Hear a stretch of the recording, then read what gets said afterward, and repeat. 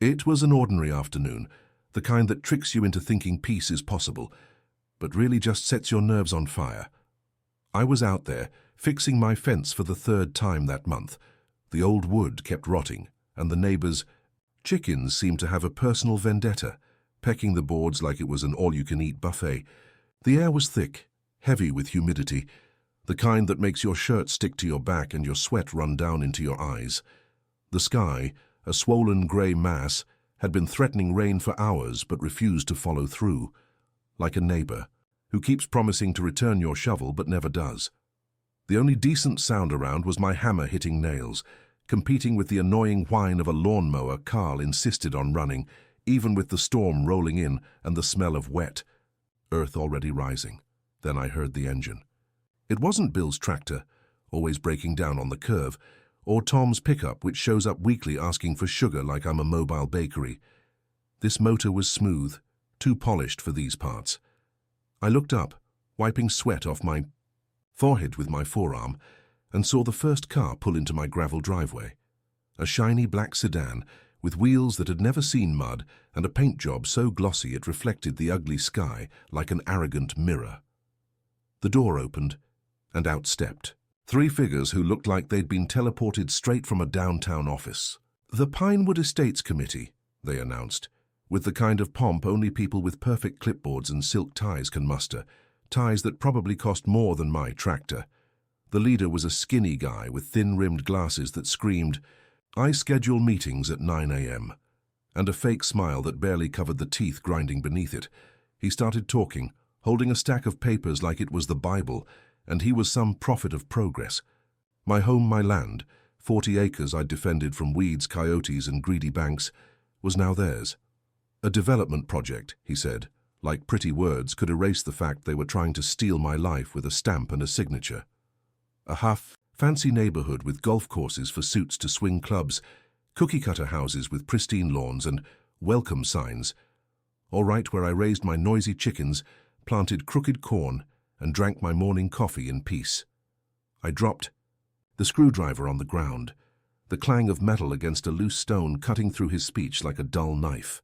The sound echoed, raw and sharp, as I grabbed my dented tin mug, the coffee still hot enough to burn my palm. I took a long sip, the bitter taste sliding down my throat like fuel for the anger bubbling in my chest.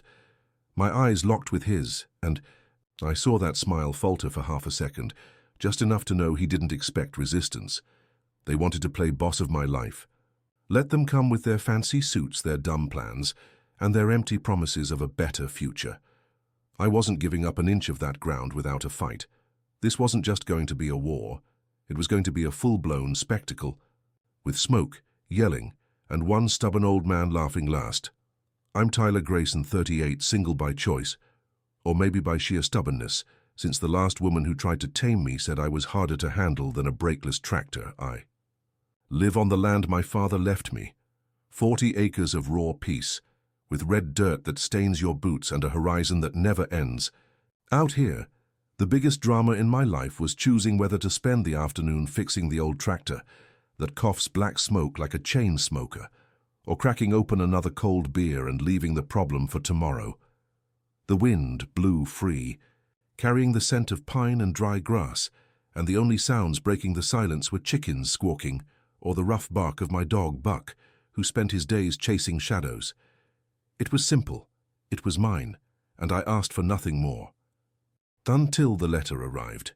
It didn't come in a crumpled envelope like the fines I ignore for months, nor a glossy flyer trying to sell me a lawnmower I don't need. It was on letterhead, black, serious letters, folded with surgical precision. Pinewood Estates, the heading read, as if the name alone was royal decree. A snobby rich folks development 2 miles from here, where men play golf in sunglasses and their wives sip tea on porches that have never seen dust.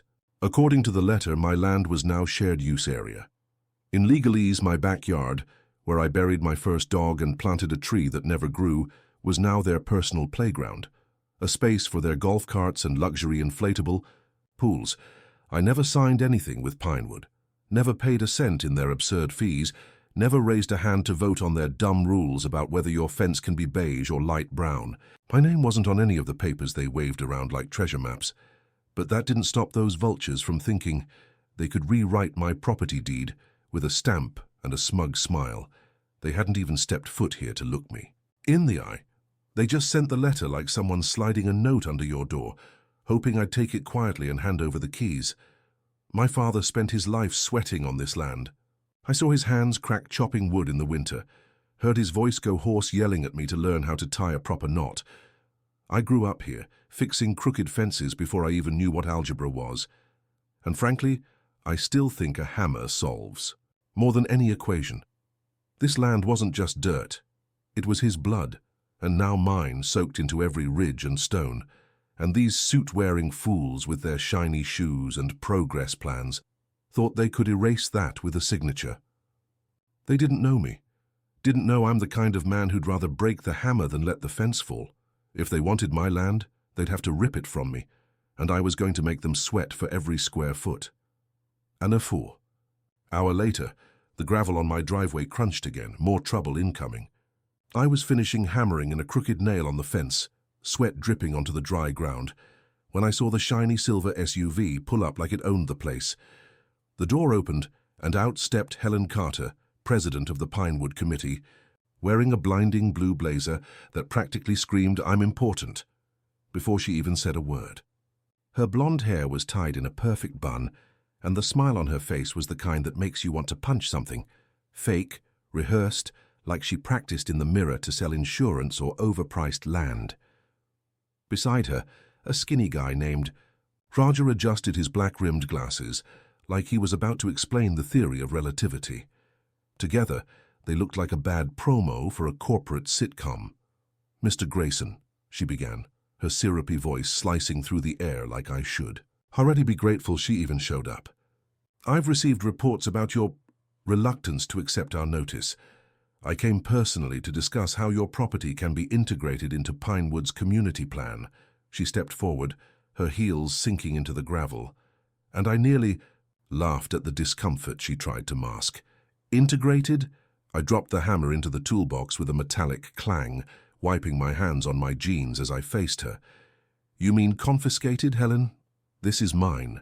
There's no community, stamped on my name, my father's will, or the fences I built with my own 2 hands. She tilted her head, her smile stretching like I was a stubborn child she could pacify with a lollipop. "Oh, Tyler, don't be so dramatic. The committee voted unanimously. Your land is perfect for trails, picnics, maybe even a little man-made lake with lily pads and cute white benches. It's a benefit to everyone." She spread her arms, as if she could already see tourists taking selfies in my backyard, while I imagined the sound of their fake laughs echoing where only wind used to roam. "Benefit to who?" I crossed my arms, stepping toward her, the smell of old coffee from my mug mixing with the expensive perfume she reeked of. "Have you ever let kids tear up your garden, Helen?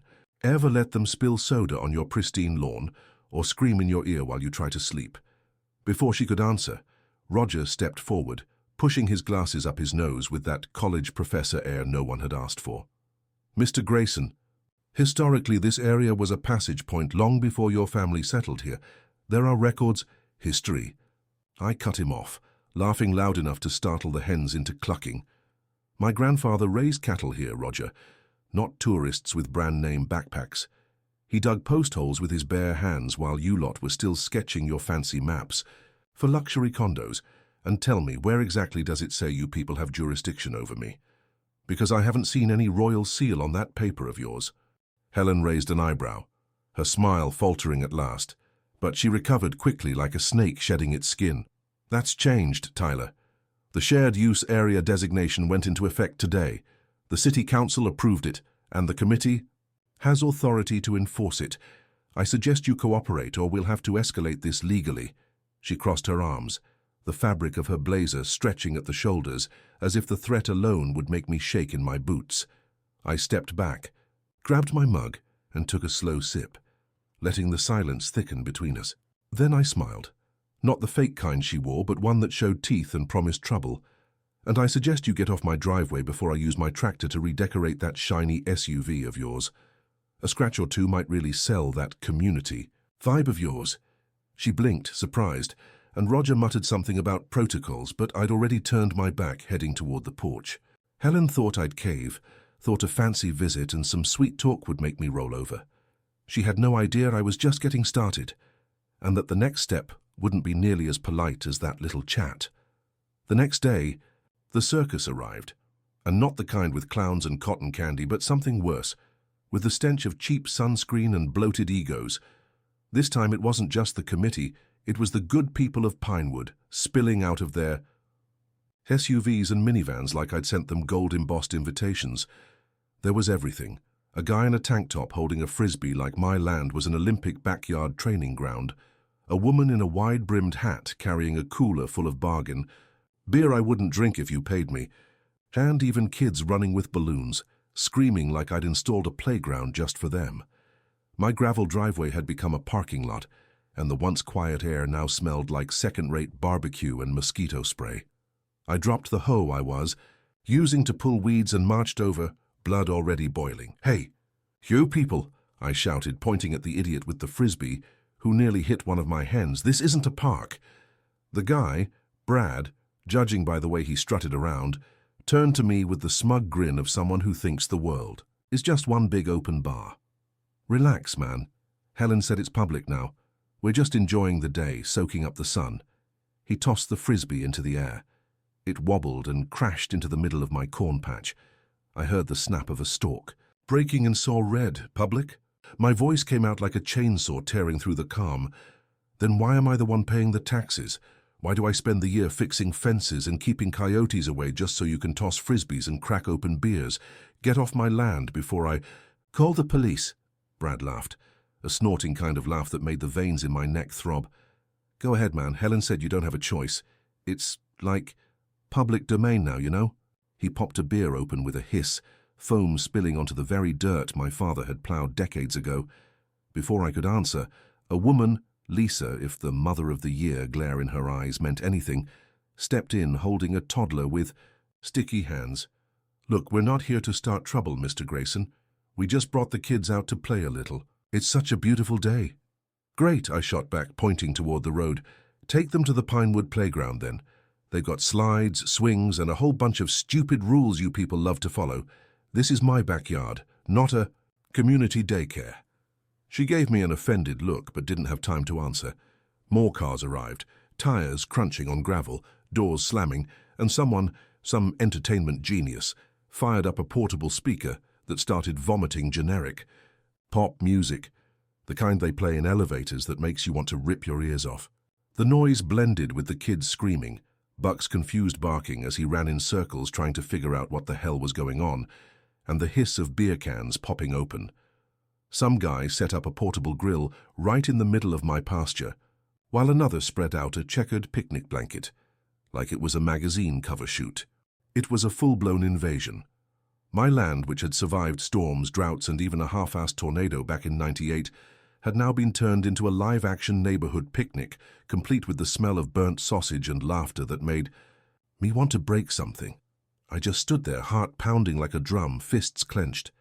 They really thought they could turn my world into their weekend playground without even asking. I was about to blow, and when I did, it was going to be with style. I grabbed my phone, the signal flickering as usual in this godforsaken corner of nowhere, and dialed Mike's number while that stupid pop song still echoed in the background. The noise of screaming kids and crushed beer cans nearly made me lose it before the first ring. When he answered, his voice came through calm and firm, like a guy who'd stared down hell and walked back out with a lit cigar. "Mike, it's Tyler. These HOA lunatics are invading my land like it's a national holiday. One moron's got a frisbee, another's grilling sausages in my pasture, and I swear I just saw some woman setting up a volleyball net." On the other end, Mike Lawson let out a dry laugh, the kind that rumbles like distant thunder. "The HOA, huh? They've got no jurisdiction there, Tyler. That's private property, not Pinewood's damn playground. What are they claiming to justify this circus?" "Some nonsense about historic use," I said, kicking a loose stone on the ground, while watching Brad nearly hit Buck with his frisbee again. The dog barked like he wanted to tear the guy's face off. "They say my land used to be a passageway or something. My granddad raised cattle here, Mike, not weekend brunches for these SUV-driving rich kids." Mike made a noise that was half grunt, half laugh, like he'd heard this story 1,000 times before. Classic committee scam. Throw out a fancy term, twist a half-truth, and bet you'll give in just to avoid the headache. They're vultures. With clipboards, Tyler. But I've got a better plan. He paused, and I could practically see that gleam in his eye, the look of a man who's crushed giants before breakfast. Have you ever considered electric fences? I froze. The phone, nearly slipping from my sweaty hand. Electric? Like shock the crap out of you electric? The hair standing on end kind? Exactly, he replied, clearly enjoying the idea. Not lethal, county legal, I checked. Just a light jolt, enough to scare the clowns back to their golf courses. Picture Brad getting zapped mid-frisbee toss. That'd be the highlight of the year. He laughed again, and I swear I heard a pencil tapping on a desk like he was already sketching the plan. And there's more. We dig into the records. If they faked something or that historic use story is just smoke, you can hit back hard. Sue for trespassing, forgery, whatever fits. I know the county archives like the back of my hand, and if there's a crack in their claim, I'll find it. I smiled for the first time that day, the kind of smile you get when you realize you've got an ace up your sleeve. Mike Lawson wasn't just my lawyer. He was a legend, a guy who'd made entire HOAs beg for mercy before lunchtime. Once, he dismantled a committee that tried to fine a client for painting their house yellow, proved the rule didn't even exist in the bylaws, and made the committee president pay the legal fees. If anyone could turn this picnic into Pinewood's worst nightmare, it was him. Electric fences and public records, huh? You're speaking my language, Mike. They think I'll fold, but they've got another thing coming. Fold? He scoffed, his voice now sharp as a blade. They picked the wrong guy to mess with, and I can't wait to see Helen's face. When we slam this on the table, start with the fences, I'll handle the rest. Time to go full throttle, Tyler. I hung up, my heart racing, but this time it wasn't from anger. It was anticipation. I looked at the circus in my yard, frisbees flying, barbecue smoke rising, and pictured the sweet sound of an electric zap followed by startled screams. Mike was right. It was time to turn the tables, and I was going to enjoy every second. I spent the next 2 days turning my property into a fortress, the kind that would make a medieval castle look like a beach shack. I was up before sunrise, black coffee steaming in my mug, as I hauled rolls of wire, fresh lumber, and a toolbox that looked older than me. First came the fences, not those old wooden ones the chickens could knock over with a dirty look, but steel posts driven deep into the earth, barbed wire gleaming like a promise of trouble. The sound of hammer on metal echoed across the land, mingling with bucks barking at every squirrel that dared to twitch. I was sweating like a sinner in church, my shirt soaked and clinging to my back, but every nail I hammered felt like flipping the bird to Helen and her flock of clipboard vultures. Then came the cameras. I set one up at every corner of the property.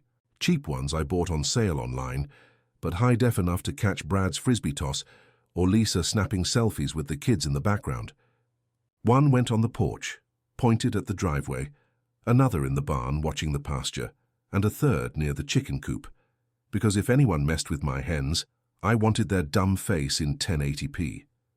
The wires dangled like improvised spider webs, but they worked, and that's what mattered.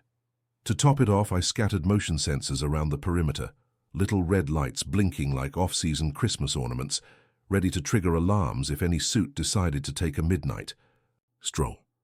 And then the grand finale, the electric fence. I spent the whole afternoon installing the system, guided by a crumpled manual Mike emailed me and a YouTube video I watched about 10 times on my phone. It wasn't overkill, just a light current, the kind of jolt that makes you jump and curse, but doesn't send anyone to the hospital or the afterlife. I tested it with a piece of wood, and the crackling buzz followed by a spark made me laugh loud enough to scare Buck, who looked at me like I'd lost my mind. I adjusted the voltage to stay within county regulations, just like Mike had promised, but it was still enough to teach someone a lesson. I pictured Brad getting zapped mid-frisbee throw, his beer flying out of his hand while he screamed like a frightened pig. That mental image alone almost made the whole effort worth it. When I finished, the sun was already setting, painting the E, sky orange and purple, as I wiped my hands on my jeans and stepped back to admire the result. My land was no longer just a patch of dirt. It was a war zone ready for unwanted visitors. The fences gleamed in the last rays of light, the cameras hummed softly, and the sensors blinked like watchful eyes. I grabbed a cold beer from the fridge, a good one, not that crap the folks from Pinewood brought, and sat on the porch, Buck, lying at my feet. They wanted to play invaders? Let them come. My fortress was ready, and I couldn't wait to see their faces when they realized the picnic was over. It didn't even take 24 hours. The sun was still climbing in the sky, casting a lazy orange glow over the neighborhood, when little Timmy, with messy hair and grass-stained knees, ran after a bouncing red ball down the street. He stretched out his chubby arms, laughing, until, zap! He touched Tyler's brand-new fence. The shock was quick, but the scream that followed echoed for 2 blocks. Timmy stumbled back to his parents, his face red from crying, a mix of fright and childish drama. That was the first warning, and the spark that ignited the war no one saw coming. Brad, Timmy's dad, showed up with wide eyes and a crumpled local football team t-shirt. "Are you insane, Tyler? My kid got shocked. A shock, man, he's only 7, he yelled, flailing his arms, pointing at his son, who was now sniffling, clinging to his mom, Lisa's leg, holding a half-melted popsicle she gave him to calm down. Tyler leaned against the porch, arms crossed, a crooked smile on his face. "Your kid was trespassing, Brad. The ball landed on my side of the line. And look, the sign's right there, screaming in red letters, 'Electric fence, beware!' If the boy can't read, that's your problem, not mine," he said, pointing lazily at the sign with a practiced tilt of his chin. Lisa stepped forward, Timmy's popsicle dripping onto the ground as she spoke. "This is dangerous, Tyler. An electric fence in a residential neighborhood? You trying to kill someone?" "We're calling the police right now," she snapped, already fumbling with her phone, her face set in a deep frown that screamed, "No nonsense." Tyler shrugged, unbothered. "Go." "To head, it's all legal, Lisa. Did my homework, Municipal Code, Article 47, Section B. Fence is 15 centimeters from the property line, properly marked. Maybe the cops can teach Timmy how to read signs while they're here," he said, grabbing a beer from the side table and taking a sip, like the world could explode and he'd still be chill. Suddenly, the sound of heavy footsteps cut through the tension. Helen, the neighborhood gossip and self-proclaimed moral guardian, came marching down the sidewalk. Her face was red as a tomato, gray hair flying in the wind she seemed to create with her sheer outrage. "Tyler Grayson, this is outrageous. Electric fences. In a neighborhood with kids, dogs, and decent people. Have you lost your mind, or are you just trying to become the local villain?" she barked, stopping 2 meters from him, hands on her hips, eyes sharp enough to fry him with rage alone. Tyler turned to her slowly, almost theatrically. "No, Helen, I've lost my patience. Years of putting up with bulls in my yard, dogs barking at 3 a.m., and your grandson egging my truck last Halloween. I checked the laws. It's all legit. Want to test the fence? I'll give you $1 if you touch it," he said, pulling a crumpled bill from his pocket and waving it in the air, taunting. Helen stepped back, like the offer was a personal insult. "You'll regret this, you arrogant jerk. We'll sue you till you beg for mercy. The neighborhood committee's already gathering, and I've got the best lawyer in town on speed dial," she said, whipping out her phone like a weapon, fingers trembling with adrenaline. Tyler chuckled, a low, almost growling laugh. "Good luck, Helen. My lawyer's counting the minutes to crush you in court. He loves an easy case, and you just handed him one on a silver platter," he said, tossing the empty can into the bin next to him with surgical precision, like ending a boxing round. The tension in the air was thick enough to smell, like the scent of an incoming fight. They didn't give up. By the weekend, the whole neighborhood seemed to have declared war on my peace. They set up a full-blown festival on my pasture like I had sent out invitations. There was everything. Cotton candy stands spreading that sickly sweet smell, a makeshift stage with some guy screaming off-key karaoke, and even a clumsy clown twisting dog-shaped balloons for kids who ran around screaming like the world was. One giant playground. The sun was blazing, the ground was covered in footprints and rolling plastic cups, and there I was on the porch, watching it all like the unwilling host of a circus I never asked for. I grabbed my old megaphone, the same one I used last year to scare off crows, and climbed up onto the garage roof to make my announcement. "Attention, invaders. You have 10 minutes to leave, or the fences will sing you a song you won't forget, I shouted, my voice echoing across the pasture. People laughed, thinking I was bluffing. Some even booed me, waving their lukewarm beers in the air. That's when a skinny teenager with green-dyed hair and ripped jeans decided to play the hero. "Go on, test it," his friends shouted, and he marched right up to the fence, full of confidence, until he tripped. Zap! A quick flash, a high-pitched yelp, and he landed hard on his backside in the grass, eyes wide open. Chaos broke out in seconds. Moms dropped their paper plates and ran toward their kids, screaming like it was the end of the world. The clown let his balloons drift into the sky, tripping over his own giant shoes. And the karaoke cut off mid-verse, the microphone squealing in protest. It was beautiful. The barbecue went cold on the grills, the smell of burnt meat mixing with pure panic, and I just stood there watching, almost feeling sorry for them. Almost. Then Helen showed up, like a storm wearing lipstick, her face red again, finger pointed like a spear. "You're a monster, Tyler. This is illegal," she shouted, her voice trembling with fury as she pointed at the teenager, who was now laughing nervously, still on the ground. I climbed down from the roof, megaphone in hand, and looked her right in the eye. "No. What's illegal is you forging documents to steal my land. I went to the records office yesterday, Helen. My property was never part of Pinewood. You lied to your own committee thinking I wouldn't find out," I said, pulling a folded paper from my pocket, the official stamp shining like a medal.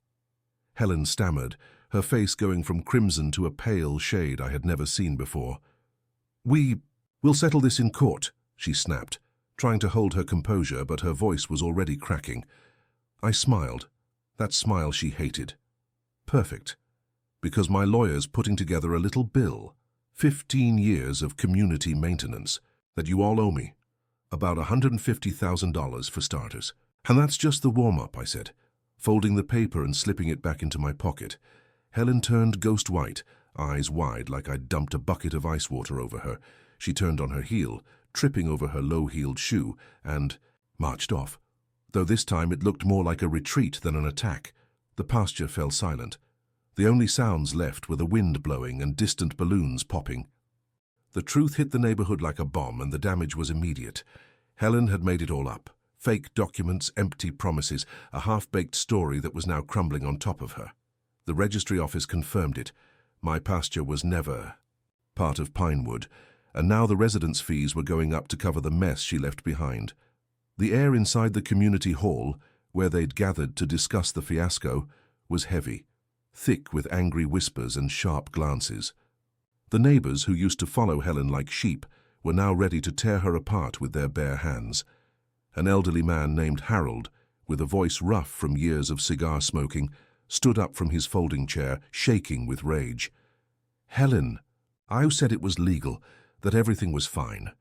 Now I have to pay $3,000 more a year to fix your mess. I can barely make ends meet," he shouted, slamming his cane on the floor for emphasis, his crooked glasses sliding down his sweaty toes.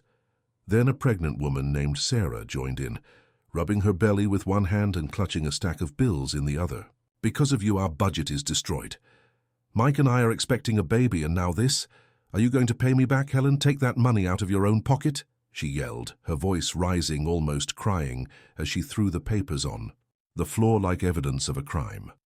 Helen stood in the middle of the hall, cornered, her face red and shiny with sweat, trying to balance in her heels while raising her hands in defense. "I acted in the best interest of the community," she began, but I cut her off, stepping forward, my voice as firm as a hammer. "No. You acted in your own interest. You tried to steal my land, lied to your neighbors, forged documents, and now you're reaping what you sowed. There's no getting out of this, Helen," I said, arms crossed, feeling the weight of victory settle on my chest as I watched her eyes dart around, searching for an escape that didn't exist. The room erupted. In murmurs, chairs scraping, people shouting all at once, but I wasn't done. I raised my voice above the noise. "And one more thing. Since you annexed my land in Pinewood's fake records, that gives me voting rights in the committee, and I vote to remove her from leadership, effective immediately. Who's with me?" I looked around, knowing the tide had turned. Harold raised his cane so fast he almost knocked over the coffee table. "I vote yes," he shouted, followed by Sarah, nodding with tears in her eyes. One by one hands went up, an ocean of fingers pointing to the ceiling, while Helen stood there frozen, the dethroned queen watching her kingdom collapse in slow motion. Helen fell, and she fell hard. It wasn't just a loss of power, it was like watching a house of cards collapse with a single breath. Her lies scattered across the floor of the community hall like confetti after a failed party. The committee backed off instantly, hands raised, scrambling to distance themselves from the wreckage she left behind. I threw the biggest barbecue this neighborhood had ever seen. And okay, maybe it was a little to rub it in their faces. After everything, the pasture became the stage for a celebration no one saw coming. I set up massive grills, the smell of ribs and sausages rising into the sky, mixed with laughter and loud music coming from an old radio I'd dragged out of the garage. No fees, no committees, no Helen yelling rules with a tomato red face, just people living freely, the way it should be.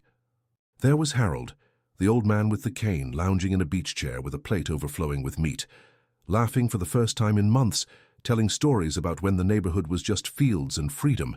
Sarah was there with her husband, the baby kicking in her belly as they danced clumsily near the bonfire I'd built with wood from the old fence. The wooden one, not the electric. Kids ran wild, kicking balls without fear, and even the clown from the festival showed up, this time without makeup, asking for a burger and thanking me for not turning on the fence.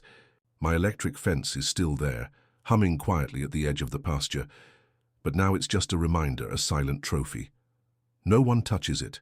No one needs to. It's there to say, no one takes what's yours if you stand and fight. As the sun went down and the sky turned purple, I climbed into the bed of my truck with a cold beer in hand and looked out at everything.